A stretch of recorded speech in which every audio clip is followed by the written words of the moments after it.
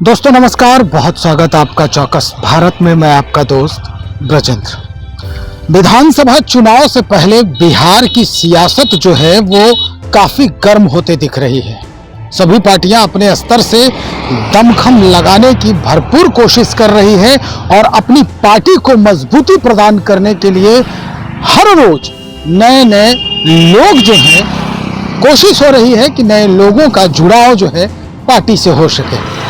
इसी क्रम में कई पार्टियां सदस्यता अभियान भी चला रही है। ऐसे में भारतीय जनता पार्टी कहें या फिर जीतन राम मांझी जी की जो पार्टी है, हम उस पार्टी की बात करें। जीतन राम मांझी ने कहा है कि भाई दिसंबर तक 10 लाख जो सदस्य हैं उसे जोड़ने का भरपूर प्रयास होगा। इस वक्त तक लगभग 1 से 1.5 लाख जो लोग हैं वो इस पार्टी में जुड़ गए हैं।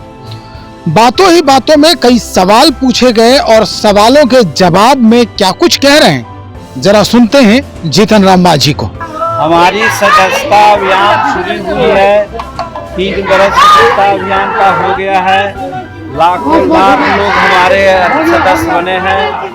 अगला 3 महीना में यानी दिसंबर तक, चुप रहो भाई,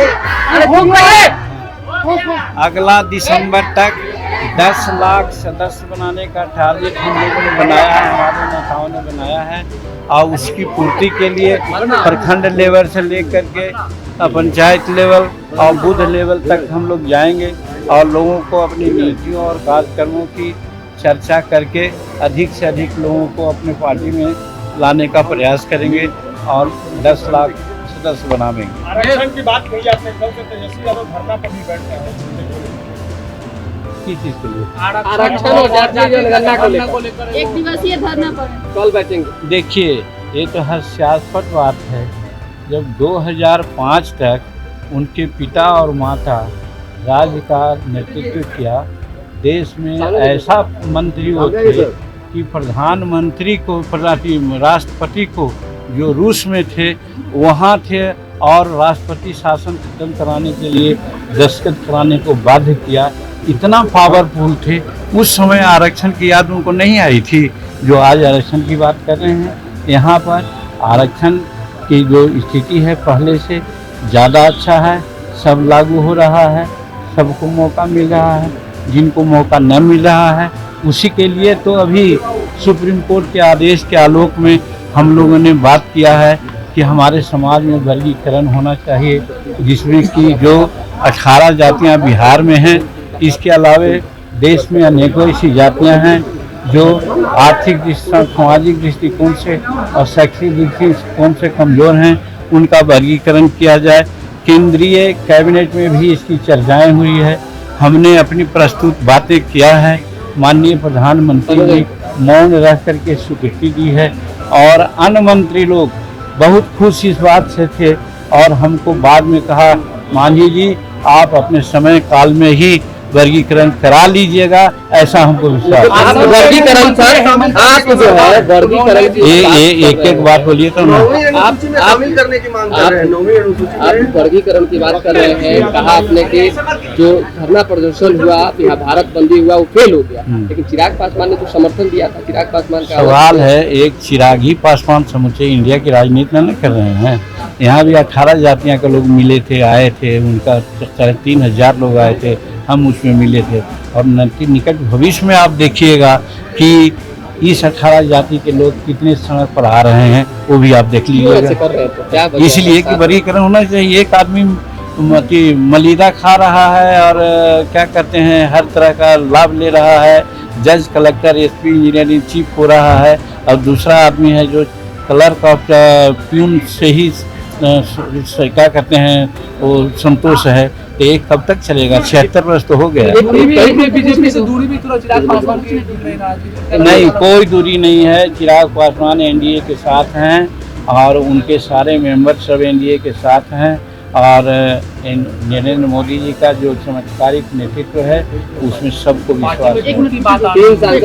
अब टूट आती है कि ना आती है, ये तो समय की बात है, इसको मैं नहीं कर सकता।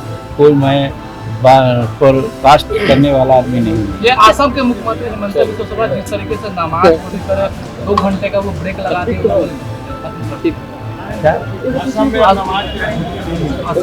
दो घंटे के नमाज पर रोक लगाई। अपने अपने देश का अपने अपने राज्य की स्थिति है, राज्य की स्थिति के अनुसार जनता के मन की बात के अनुसार उन्होंने काम किया है, उसको देश स्तर पर नहीं देखा जाएगा। अगर देश स्तर पर विचारण की बात आएगी तब फिर हम लोग इस बात को समझेंगे। जदयू के मंत्री हैं अशोक चौधरी, उन्होंने कहा कि भूमिहार पर कभी भरोसा नहीं किया जा सकता है, वो उस पर कोई विश्वास नहीं कर सकता है। क्या लगता है कि अनुसूचित जाति या जनजाति सबको भूमिहार वोट नहीं करता है सर? देखिए, अगर वो ऐसा कहें कि नहीं कहें हमको पता नहीं है, लेकिन कोई जाति विशेष की बात उठाना मेरे समझ से गलत है, नहीं होना चाहिए इस तरह। सुन लिया आपने, फिल वक्त सांसद हैं जीतन राम मांझी और हम पार्टी के संरक्षक भी हैं, और इनकी जो बात आ रही है सामने से वो तेजस्वी को लेकर और चिराग पासवान को लेकर। आरक्षण के मुद्दे पर तेजस्वी यादव को घेर रहे हैं, आरक्षण के मुद्दे पर चिराग पासवान को घेर रहे हैं। चिराग पासवान ही एक पूरे भारत में नेता है या राजनीति करते हैं, ऐसा नहीं है। बहुत जल्द ही कुछ ऐसे लोग हैं जो 18 जाति के लोगों का इन्होंने जिक्र किया है। 18 जाति के लोग सड़क पर उतरेंगे आरक्षण के मसलों को लेकर। तो चलिए हम इंतजार करते हैं क्या कुछ परिवर्तन होता है जीतन राम मांझी, चिराग पासवान और तेजस्वी यादव के इस पूरे प्रक्रिया से। हम आपको ये कहानी भी सुनवाएंगे, ये कहानी भी दिखाएंगे क्या कुछ बदलाव होता है, कैसे लोग बयानों को बदलते नजर आते हैं, कैसे लोग इस बयानों पर काम करते दिखते हैं। तो चलिए इंतजार कीजिए, बने रहिए हमारे साथ। बहुत शुक्रिया।